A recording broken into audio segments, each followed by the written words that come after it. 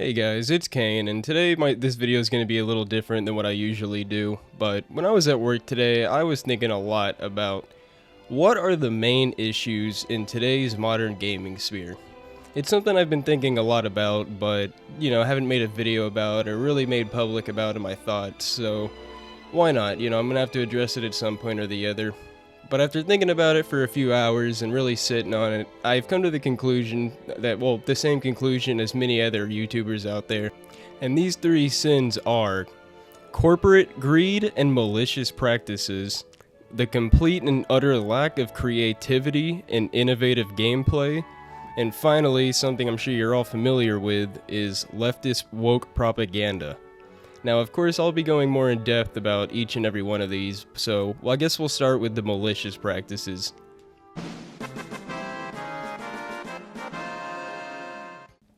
It's no secret that the majority of these modern live service games require a steady income to keep their servers up and, keep providing content so that they can pay their employees to make it. But I feel like we as gamers and as a community have to draw a line somewhere in the sand with the sheer greed in the pricing of these items. Nobody out there can think that it's okay to be paying $20 to $30 for a single skin on a single character. These studios are asking you for a quarter to sometimes half the price of a full AAA game, just so your character can look half decent. I mean, does nobody else see a problem with this? That's outrageous. Like, at what point do you proportion the in-game item to the value of your time and real-world money? And the worst part about it is, they have a reason for sure that they price these items so high, and it's because, unfortunately, there's a small percentage of players out there that, commonly known online as whales, that'll buy every single item in the store regardless of its price, and they don't seem to see the problem that this causes for the game industry as a whole. But I've said this before and people argue against it, but I cannot help but feel like these games would still have no problem staying up and making money if they priced them more proportionately. I mean, would you as a player not feel more inclined to buy a cool looking skin if it cost around $3 to $5 as opposed to $30? I mean, it's way easier swiping your card for a smaller purchase than it is something that outrageous. And the worst part about it is, these practices don't just exist in free-to-play games. I mean, there's full-price $70 games out there like Call of Duty and Diablo 4 that get away with the same pricing as a free-to-play game, and yet people keep buying it, even though for something like Call of Duty, the new one will come out a year from now and all that money you spent is essentially wasted. I mean, we gotta do something about this, or the price of these in-game, you're gonna be paying like half your check just for a cool costume. I mean, it's at what point does this price increase stop? I remember in Black Ops 2 when a gun camo cost around $2 to $3. That same camo would cost me $20 to $30 now, and it costs the same amount of money to make because it's ultimately just pixels on a fucking screen. And to all the people out there that say, oh, it's just cosmetics, you don't gotta buy it, you are missing the bigger picture here, because you are quite frankly delusional if you think this has zero impact on the game's development. Because they account for this pricing and they account for the in-game store when they are in the process of making the game to begin with.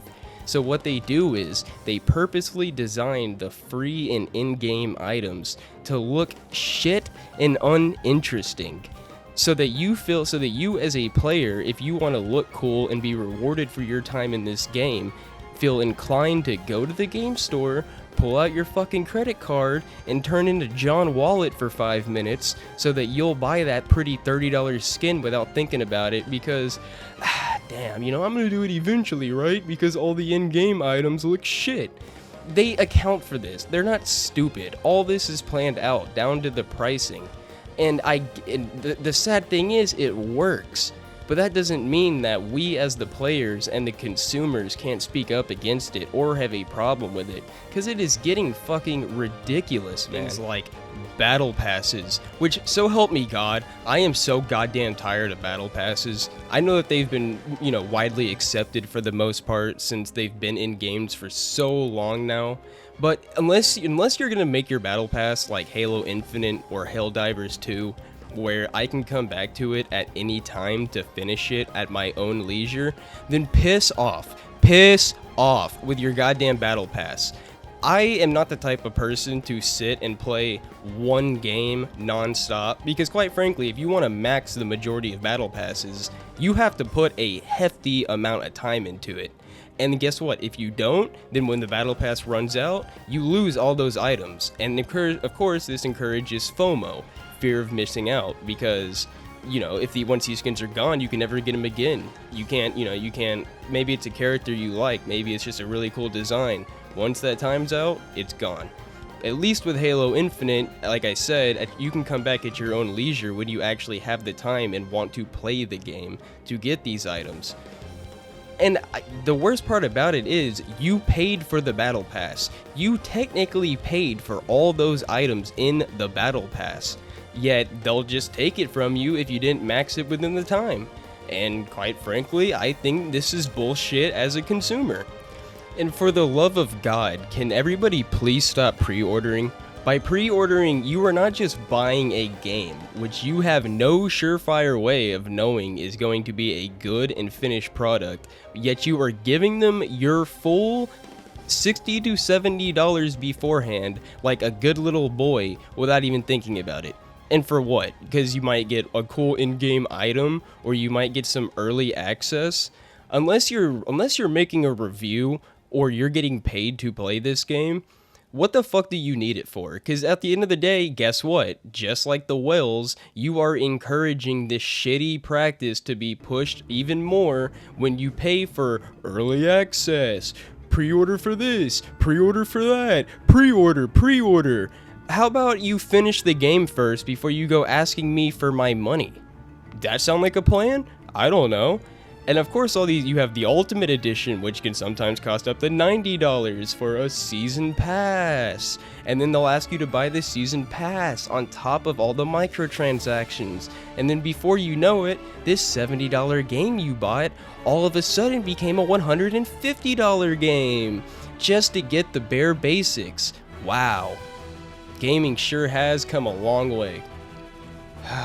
And this leads me into the complete and utter death of originality and the lack of innovative gameplay.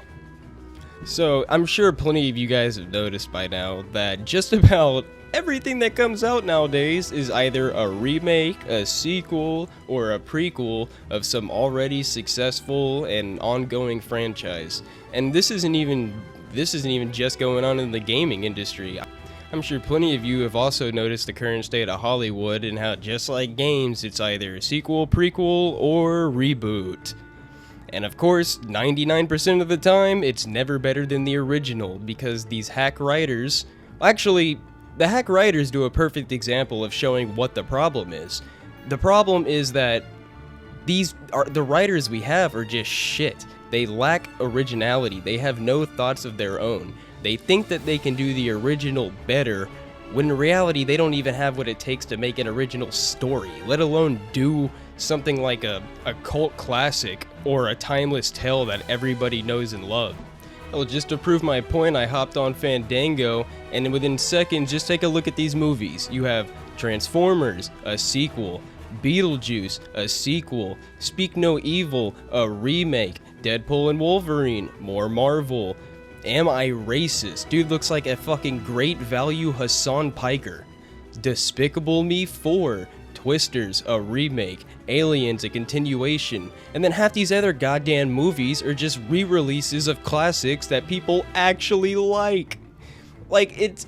what the fuck? And then if you look at games, it's damn near the same exact thing. What is with the lack of originality? I get, and trust me, I understand that almost everything's been done, But that doesn't mean that you can't take ideas, combine them to make your own story with intriguing characters and an interesting world. I mean, my god, I might not be enjoying Final Fantasy 16 that much right now for other reasons I'll talk about in the review, but at least it has a fairly interesting world. I mean, at least Square Enix can still make an interesting world with pretty architect and settings with semi-interesting characters. It's just, I don't get it, man. It's sad. And if I had to guess where this issue originates from, it's probably the same thing for both movies and games. Overblown budgets. Almost every goddamn game you see and movie you see, it's like a $250 million. Meanwhile, look at Godzilla Minus One. I think that movie had a $15 million budget, which compared to these other movies and games is insignificant, but yet that movie still looks just as good and had good writing and interesting characters. Because believe it or not, if you have a good story to tell and your writing shows it, people will watch it, even if the budget isn't the best. Instead of paying hacks that hardly contribute and don't do shit millions of dollars and giving them constant bonuses, how about you hire some people who actually have some soul in their body and some passion for their craft? And I feel like another big part that shows this is that just how little game innovation itself and gameplay has come since the PS3 era, arguably. Graphics have gotten prettier, sure. We can make a game look almost like an interactive movie nowadays, even though in my opinion graphics aren't the end-all be-all at all, but rather art style is way more important, hence why people love Borderlands and Breath of the Wild, because despite the game's textures not being the best, its art style makes it stand out and it's pretty to look at, because believe it or not, in a video game, in a virtual world, not everything has to be realistic. But if you like game in terms of gameplay, games mostly still play like they do from the PS3, scaling walls, looking for yellow paint, hack and slash combos. There's barely any more depth. I mean, seriously, you show me one game in terms of gameplay, not accounting for the graphics and the pretty particles, that a PS3 game would be incapable of doing. I feel like if anything, maybe, you know, with newer tech, we can have more enemies on the screen, like in Space Marines 2 and World War Z, we can have like hundreds of enemies on the screen now. There's certainly some games that try to take advantage of this with the gameplay, but it is just resoundingly pathetic how little we take advantage of this. And I don't give a fuck if a game is an interactive movie. I don't play games to watch a movie. I play games for the gameplay. I play games for a little bit of escapism. Because you deal with, you know, everybody deals with bullshit all day, every day. Sometimes it's nice to hop into a game, go into a fantasy world, and just play a really fun game for a few hours. Again, if I want to watch a movie, I'll watch a movie. So with that being said, I think it's time we get into our final deadly sin, and that being a word I'm sure plenty of people are tired of hearing, but you're not going to stop hearing until it stops, and that's woke propaganda, aka leftist propaganda. And I want to preface this because I feel like this is very important to make clear. I am not far right. I wouldn't even consider myself right. I take ideas from both sides, but unfortunately people like me don't really have a place in America's current political landscape because people want to treat political parties like they're their favorite fucking NFL team instead of something serious like they actually are. So, quite frankly, everyone can fuck off. Alright, I'll believe in what I want to believe in, I'll vote for who I think is right for the time, and that's all I need to say about that. But before anyone accuses me of being some far-right nut, I just wanted to put that out there. And the reason leftist propaganda is the problem here and not right propaganda is because it's no secret that the right doesn't exactly have much of a foot in, you know, modern day media. At most you might get like, what, a fucking cartoon made by Ben Shapiro? And if something's made by Ben Shapiro, it's not exactly some secret what the message behind it is. You obviously know what it is before you get into it. But at the end of the day, I ultimately don't want any politics in my gaming. And I swear to God, because I know someone's gonna say it, people use this bad faith argument all the time about, oh, what do you mean? Stuff like Star Wars and Metal Gear Solid is all politics. You know what we mean when we say this. We are not referring to in-universe politics. You know, the in-universe politics that exist within the game that the story is usually confined around. What we mean is we don't want all gender bathrooms in fucking Dead Space. We don't want all women to look like they flew to Brazil, went to a plastic surgeon, and said, hey buddy, give me the Jay Leno. Fuck my jaw up, why don't you? And I'm sure plenty of you would notice just from the recent game releases how many Western studios have black female protagonists. I don't know about you. I lived in Atlanta for a pretty good portion of my life. And if you've been to Atlanta, then it's no secret that there's a high black population there. I don't know if it's more than white, but it's definitely close. And even in my time there, I, in my entire life, have met maybe one black woman that plays video games. One. In my 24 years of life. So why are they making these games to appeal to a market that simply doesn't exist? And this market doesn't exist. The sales numbers speak for themselves. Just look at that game that came out recently. I think it's Dustborn. That game sold like shit, despite it being these leftists' nutjobs' like wet dream. But yet nobody bought it. And why is it? Probably because a lot of these people don't even play video games. They just like to bitch about it on Twitter and ruin other people's hobbies. Basically, the only games with this woke propaganda that do sell well are when they infiltrate an already successful franchise like Spider-Man or The Last of Us, and then guess what? The sequel all of a sudden sold really bad compared to the first one. I wonder why that is. It's because luckily some people are starting to wake up to this bullshit and speak with their money. And you might be asking, if these games don't sell, then why do they keep doing it? Well, the answer is pretty simple. It's because you have a company like BlackRock, which gives these game studios huge grants to use DEI consulting studios like the Death of Creativity, known as Sweet Baby Inc. And what these companies do is they come in and they essentially rewrite portions of the game, changing the original script and the creator's, idea for inclusion purposes. Even if you do believe in what they're pushing, how do you not have a problem with an outside studio coming in and shitting on other people's creative endeavors?